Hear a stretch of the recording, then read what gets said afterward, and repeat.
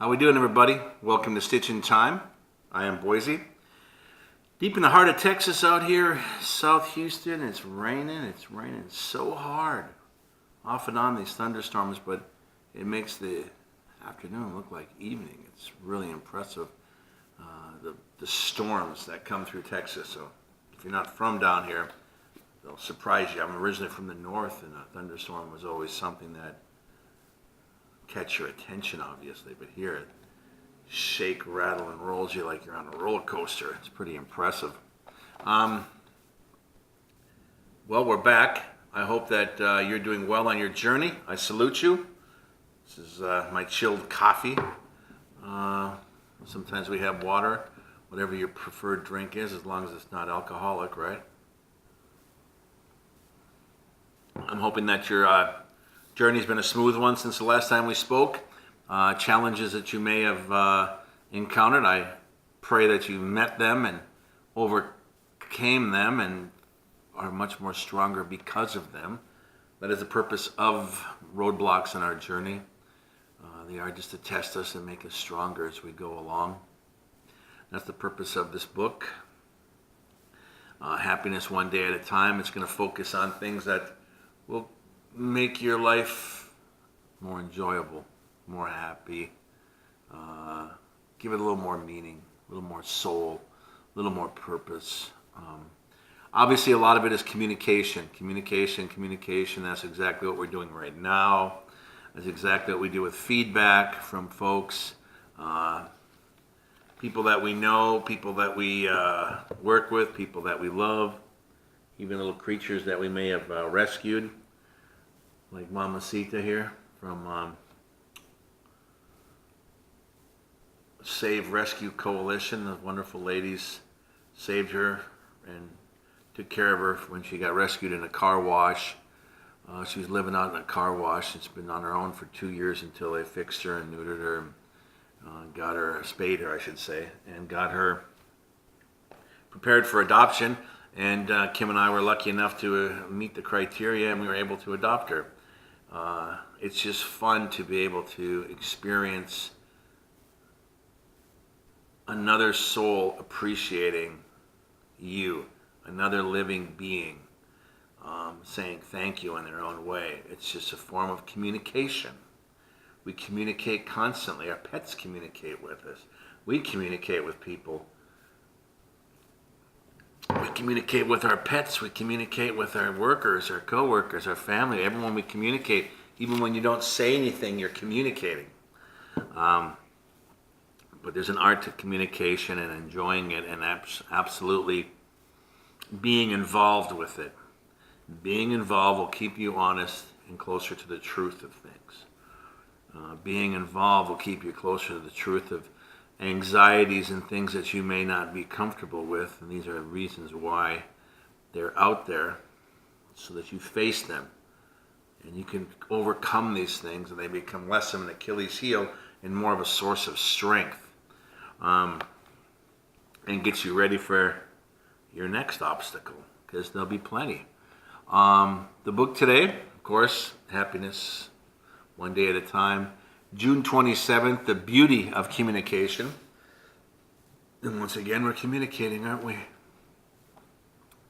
Communication can be a source of joy and beauty. When I listen to background music, when I look at a work of art created with care and joy and love. When I read a novel written with style, I am touched by the beauty of communication. Art is a form of communication. It is. Whether a work of art is considered worthwhile depends on whether it communicates something and whether it is capable of echoing our perception of beauty. I can also capitalize on the beauty of communication by using tender words and gestures. I can dress my home and decorate my home tastefully and for the simple pleasure of beauty.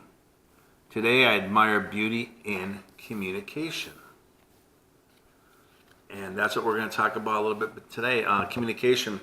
I remember looking back when I was in treatment, and I just started learning to communicate to the people around me and learning to try to identify feelings and give them words that would come out properly.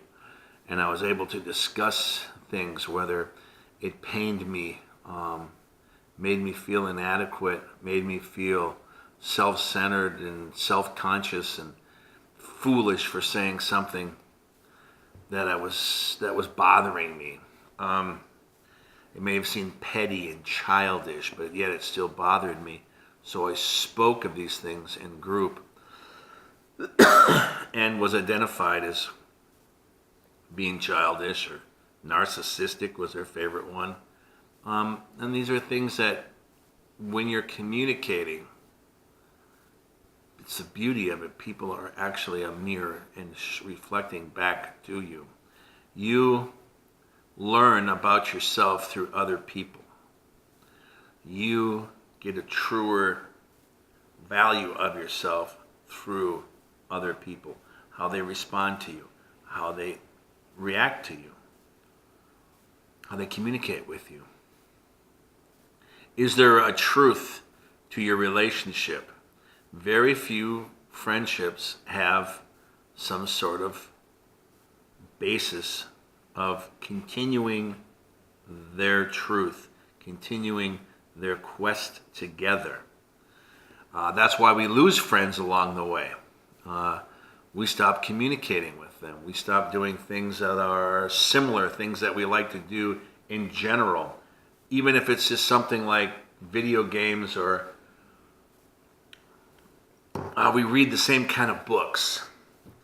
Do you like the passage that we read earlier about beauty in the written word?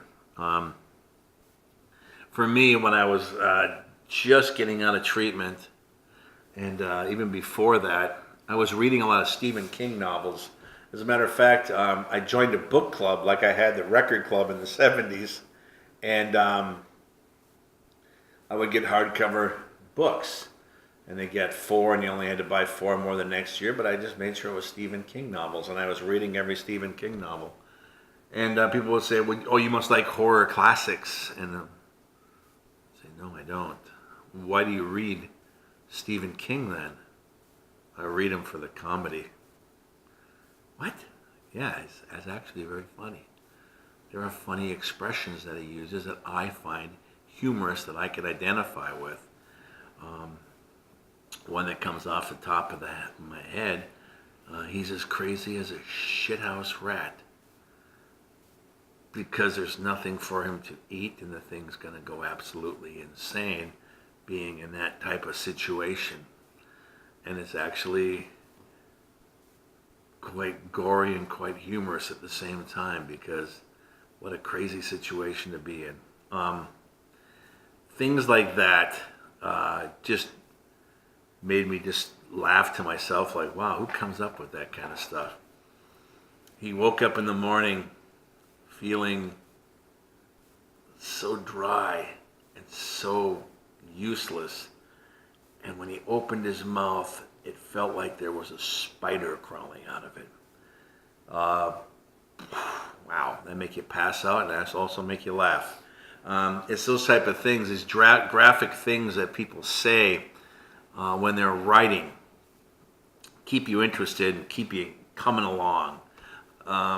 We do the same thing when we communicate with our friends. We try to throw in little humorous things to make them laugh and tell them a situation that make you chuckle. I found out that when I was in treatment, talking about myself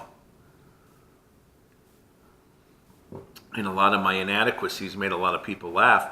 But they weren't laughing at me. I realized they were laughing at the situation, which allowed me to speak even more and more about myself, to the point where I was so free that I would speak openly about myself more often than not. I still have a tendency to do that right away, and it can startle people. But the whole point of the matter is that I'm doing it to share with you and relieve some of this burden that I'm carrying, and to see if you have a similar burden, to see if you are traveling a similar path, to see if you and I have similarities in which we can find common ground. And it's a nice little port for you to dock your boat for a small period of time when you meet up with somebody and chat with them, especially if it's an old friend. Then it's a friend that has history, and you have history in that port, and you can go on and on about history and trying to catch up in between and filling in those gaps. Very important. And as I'm vaguely speaking of communication and speaking of things like that, you're thinking of a friend right now, a true friend of yours that you haven't seen in a while, and when you did see them, how wonderful it was. How wonderful it was to speak and share things. And if they're really good friends, close friends, and you feel comfortable with them, because a close friend you can not see for a period of time, still be close to them, and you reveal more than you would with other people. Well, in a treatment situation, you're doing that all the time. You do it. That's why you do it anonymously, and you're doing it around people who really don't know who you are personally. They don't know where you live, don't know where you went to school, don't know your last name. It's up to you to provide all that information, because you don't have to, because you're there to communicate, and that's the beauty of communication. You are there to reveal something about yourself and receive something from somebody else, feedback on your behavior, or you're there on the next round when someone else is speaking, you provide them with advice and feedback and encouragement. And the person you don't even know, but their story is going to be very similar to what you are going to, and as they communicate that, you are touched by that. You are touched by the beauty of that because it's sincere. It's real. That's the key to understanding other people and then understanding yourself. The truth has to be sincere. It's got to be real. It's got to be something that is meaningful. Not just chit-chat about how the latest Spider-Man movie was. These are just things that we say to each other as we're having a conversation. Deeper into that conversation, you can probably come across where Spider-Man was really feeling challenged, and I really felt bad for him because I feel that way all the time myself. What? Really? You're going, and all of a sudden, you're taking it. We were talking about something topical, and now you're taking it into a deeper philosophical conversation. That's what I tend to do when I talk to people, because I get right to the emotion of things, of how they feel, how I feel, and weather can be a pivot point for me. Anything can be a pivot point.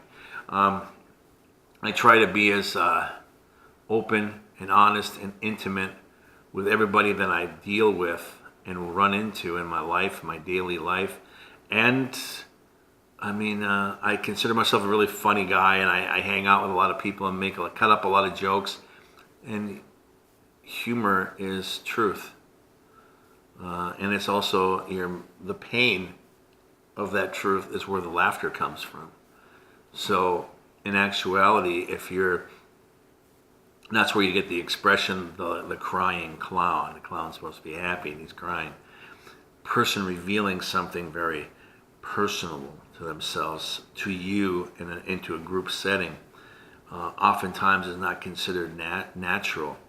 But there is a form of art to that, and there's a beauty to it, because it's like a live performance where you're actually getting someone who's not an actor, who is actually putting their heart and their emotions on display, and that's meaningful. And that's the thing. If you can be meaningful to people in day-to-day life, you will become a memorable person. You will become a person that people move and gravitate towards. You will become a leader of your community. And you'll become more than you ever thought you would become. Because we've all hit rock bottom. We all know what it's like when the crash is near and the crash is hard and we crawl out of that wreckage. We're just thinking, I guess I'm just lucky to be alive. But the point of the matter is that you are giving a gift that you receive of life. Reevaluate your life. What are you doing? Where are you going with your life? What type of nuanced beauty can you bring to this world? That's important. That's the key in the communication of the beauty and communication. So make sure you're communicating. Make sure you're really being sincere. And I look forward to seeing you again. I appreciate you stopping in and just hanging out and listening to what we have to say about communication and sobriety and moving yourself forward, and hoping that you find something in our talks that help you improve your day-to-day life. And of course, number one, keep you sober. Keep your comments coming in. We appreciate it. I appreciate it. Thank you very much. Peace and love. Peace and love. And we'll see you again. Maybe it won't be so rainy down here in Texas, but we're hitting the rainy season, so you never know. There might be some more thunder in our future and some more rain and some more flooding, just like life. Thank you again. I appreciate it. Look forward to seeing you again very soon. Thank you. Good night.